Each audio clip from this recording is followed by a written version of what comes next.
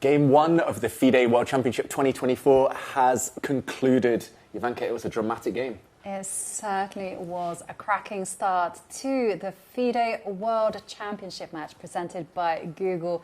Of course, we saw the Indian Tiger Gukesh Dommaraju facing off against the Chinese Dragon Ding Liren. And of course, we did predict it was going to be an exciting game, and that's exactly what was delivered. Let's jump in. So the game began with Gukesh having the white pieces, starting with his king's pawn. The first surprise, the French defense, the first surprise from Ding. He hadn't had great success with this when he played it in the last World Championship match. He tried to surprise Gukesh here, but actually it backfired slightly. Yeah, it was an interesting choice because the only time that Ding Liren had actually played the French defense before was back in 2023. It didn't work out then, but let's have a look at how it worked out now. Now here, the players were like blitzing out their moves, and then suddenly after c5, well, suddenly things started to slow down because after Gukesh's response after c5, knight to e2, this came as a shock for Ding Liren. He wasn't expecting this, and then he was in that quandary, right? Does he go into the main lines or does he try to divert? That's right. Only the second most popular move, this knight retreat, not that typical at the top level. And Ding spent a lot of time on the clock. Very shortly, he was soon 50 minutes behind Gukesh. And first, just some normal development, but this was the moment that Ding actually might look back on with a lot of pride. He went a bit freestyle with his approach. He pushed the pawn on the edge of the board, channeling AI engines, pushing these rook's pawns. It's not necessarily that human, but it really paid off. And his idea was displayed a few moves down the line when he brought his queen out. Gukesh showing his ambition by pushing pawns on the king side, hoping to go on the attack very early. But the black queen coming out, creating this pin, was the first moment that Gukesh started to think. Yeah, and here Gukesh at the press conference said that he was basically on his own. G2, G4, the moves that he had played prior, had been actually a product of a lot of preparation. So queen to a5 appeared on the board, and it was a move that Gukesh wasn't expecting. You know, he was expecting perhaps the queen to come out to queen to b6 or other more mainstream moves. But queen a5 was a really crafty attempt by Ding because it immediately posed problems. Like, how is white going to deal with this pin against the king? Because black's threat is simply to capture the pawn on d4 and then just ask the question, where are you going to go with your pieces?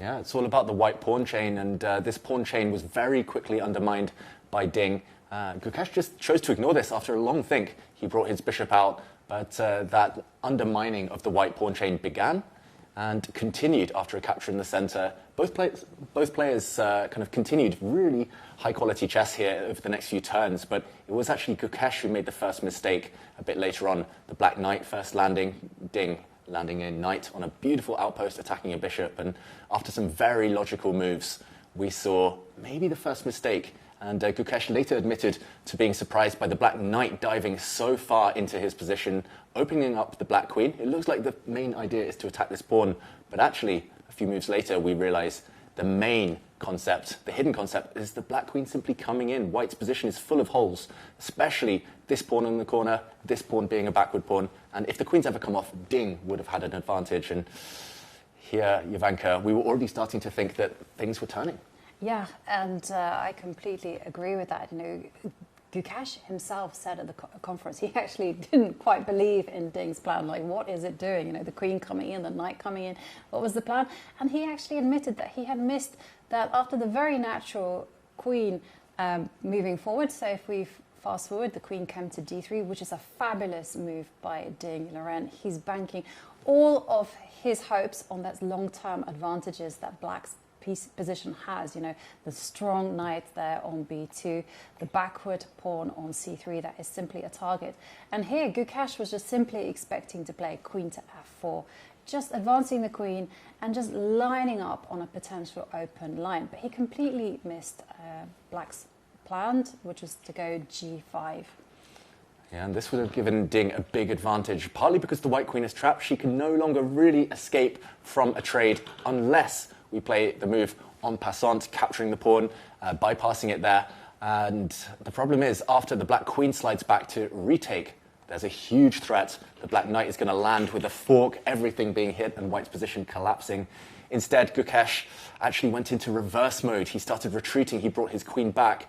But if we fast forward, this really wasn't a step in the right direction and a hit on the white rook. The rook forced onto a really poor loose square now, and Ding, sensing the momentum turning, started accelerating the play. He attacked this knight, threatening this rook indirectly, and Jovanka, everything just too loose for Gukesh. Yeah, suddenly black's position just comes to life. There's perfect coordination.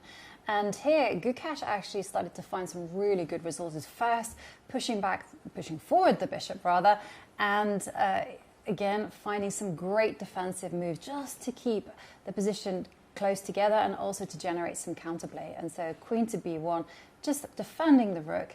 And here, rook takes pawn. Unfortunately, it does come at the cost of a pawn. And here, there was maybe some chances when... after this pawn capture, Ding captures this way, taking big risks. Big risks from Ding, and he actually admitted later on that he'd missed a key detail and got a bit lucky here.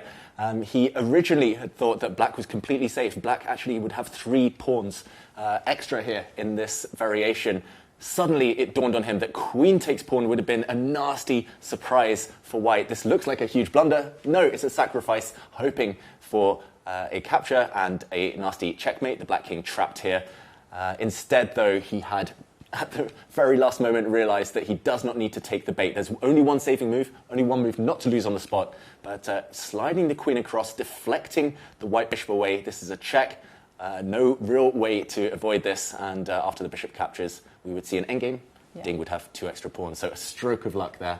But he really earned the victory, and the rest of the game was very smooth, actually. The rest of the game was almost picture perfect there by Ding Liren. So there was one small chance that Gukesh had to just hold somewhat of the balance. It would have perhaps kept some of the hopes alive, but after... Yeah, he should have brought his bishop forward. He should have just done that. Keeping the black king in the centre. He should have done that and just completely abandoned all hope of having material quality and just gone for active play. But after this brilliant move there from Ding Liren, just offering a queen trade, saying, hey, how about we go into endgame where I have extra pawns? And simply Gukesh here, 2 pawns down, also several minutes behind on the clock, no time, no hope, and the final nail in the coffin was black castling the king. And if we just show the final moments of this game, accuracy was the name of the game for Ding right to the very end. This knight jumping in the way, cutting the coordination between the white bishop, the white queen. Rooks very shortly came off the board, and the final trick, pawn to e5, kicking this bishop out of the way for the black queen to pounce. And the white king to open, too many pawns behind, and now the black pieces coordinate perfectly. Here we started to see the players run down on the clock. Gukesh making this next move with just 1 second remaining, but it wasn't good enough. And once the players had reached the time control, it was here. After a check, Ding sliding his king into the corner, a safe square. There was one final trick. Queen takes bishop here would have been a nasty shock. This would have come with a check, and suddenly the black queen would have dropped off. It would have been game on. But, of course, Ding spotted that. He slid his king across. Queen takes bishop now doesn't work due to a check. And therefore, it was simply hopeless. Gukesh, 2 pawns down, 3 pawns down even, and about to lose on the board, decided to resign. Yeah, he resigned. And, well, this sets things up very nicely for game 2. This time, Ding Liren will be playing with the white pieces. And Gukesh, well, we'll find out whether he goes for a more solid approach or decides to strike back immediately. Join us again.